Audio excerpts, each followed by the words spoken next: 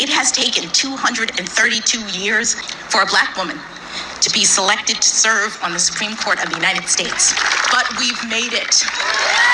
Well, according to the Washington Post, Biden helped to block the first black woman who was going to be on the Supreme Court. Nope. According to an opinion piece, Justice Janice Rogers Brown was going to be the first black woman ever nominated to the Supreme Court until Biden got on the TV one day and said that she might get filibustered, which was unprecedented, and Biden wanted to make the first victim of a successful filibuster in Supreme Court history a black woman. And oh my, until you do research for longer than a picosecond and you realize that Brown was never nominated to the Supreme Court. She was nominated to the DC Circuit. Something that author of that opinion piece literally tells you in the first paragraph. But the author tries to say that because the DC Circuit has produced more Supreme Court justices than any other circuit, it's likely that she was going to be the first black woman on the Supreme Court. We'll get back to why it's framed that way. It's fucking hilarious. But why did Biden threaten to filibuster her in particular? Seems a bit racy if you ask me. Until you realize, A, they filibustered her when she was being appointed to the DC Circuit in 2003. So saying she'd probably be filibustered for the Supreme Court is not outlandish. B, if you notice I said they, it's because Biden was literally part of a group of 13 other Democrats known as the Gang of 14 that filibustered other Bush-appointed nominees from 2003 to 2005. And C, most importantly, when it comes to the person Bush actually did nominate, Samuel Alito, Democrats did filibuster him, the filibuster failed, and he was confirmed. Because, oh yeah, the Senate was majority Republican,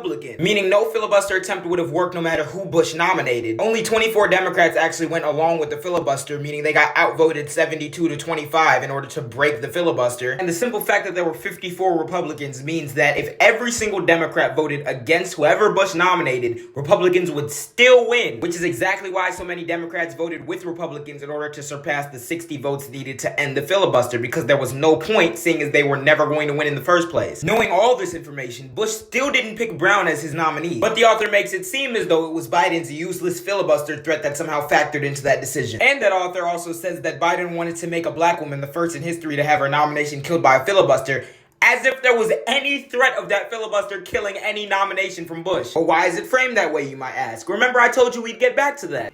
Maybe because Mark A. Thesian, the author of that article, is a Fox News contributor and also chief speechwriter for George W. Bush. Some ironclad bulletproof sources we got there. Number 2, we've waited 232 years for you to get up there and be too woke to define what a woman is.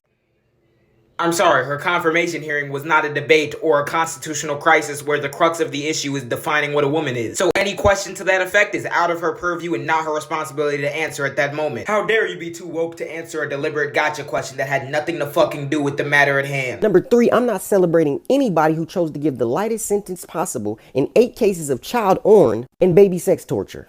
And number 4, child rapist molested second victim after Judge Jackson gave him a light sentence for failing to register as an ex-offender.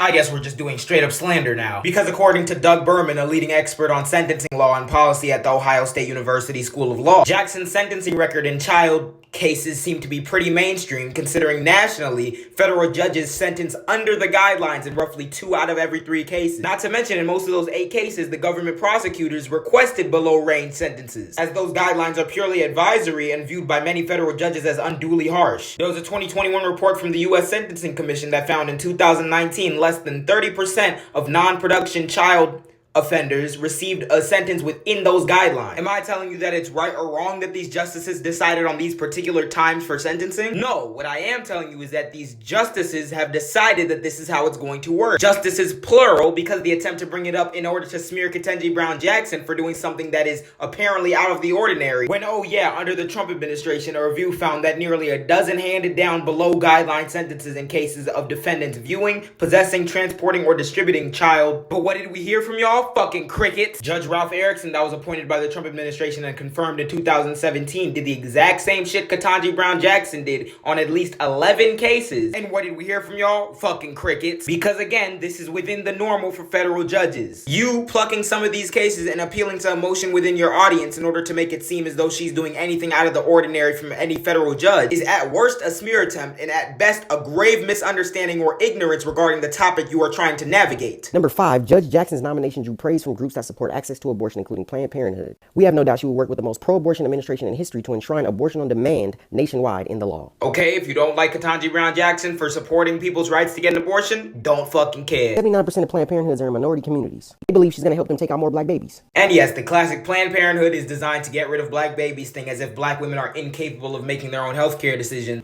Oh yeah, and it's also not 79%, it's 60%. In neighborhoods where white people are over half the population. So that's just a straight up lie. See, and this is why your video got so many likes. Because you said so many dumb things that reaffirm your audience's worldview in such quick succession that I'm on minute XYZ of my video still explaining how stupid it is. Your weak attempts at gotchas have failed. Ketanji Brown Jackson is the first black woman to sit on the Supreme Court. Have a nice night.